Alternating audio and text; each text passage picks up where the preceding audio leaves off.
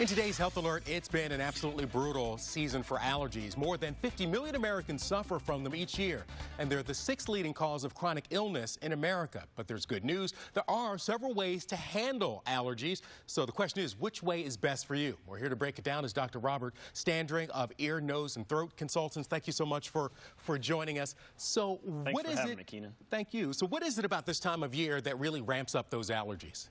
We start to see a lot of tree pollen come out into the environment, and the exposure from the tree pollen really causes an overreaction of our immune systems, causing more allergies. So that's what an allergy is. An allergy is just an overreaction of the immune system to something that's really not dangerous? Correct, an oversensitivity. Okay, so if you have that oversensitivity, what are some of the ways that you can use to handle your allergies to either ease the symptoms or maybe not have them? There are three things you can do. One is avoidance. So you can be inside, use an air conditioner, change your filter on the air conditioning machine to make sure that it's working. You can use medications, over-the-counter medications, such as an antihistamine like Claritin, Zyrtec, Allegra, or a nasal steroid. A nasal steroid would be Flonase, Nasonex, Nasacort. Those are over-the-counter, but can be prescription as well. And then lastly, you can use immunotherapy. Now, immunotherapy can either be shots or drops that you can use in your mouth. Now, how frequently do you have to get the shots, and how long does that last once they're effective?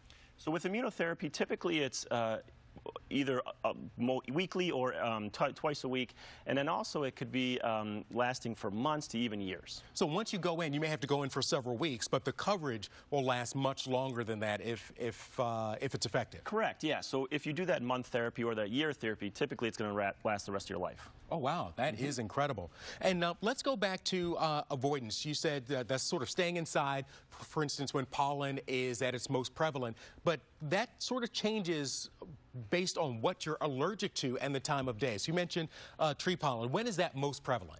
So tree pollen is most prevalent typically at night, and that's going to be in your spring season. Grass pollens are going to be in the summer, and then you're going to have your weeds such as ragweed, which is one of the main culprits of allergies, which is going to be in the fall. Okay, so your avoidance strategies will have to change depending on the season. Correct, and what you're allergic to. So there are year-round allergies as well, such as dust mites and molds and cockroach dander. And those things are 365. And then there's the seasonal allergies, such as the pollens, the grasses, and the weeds, which you have to figure out which season is worse for you. And a final question, if you're a parent and you say, you know something, my kid seems to be perhaps developing an allergy, should they wait until they're sure, or should they go seek help? So I feel that they should seek help, because then the next exposure can be even worse.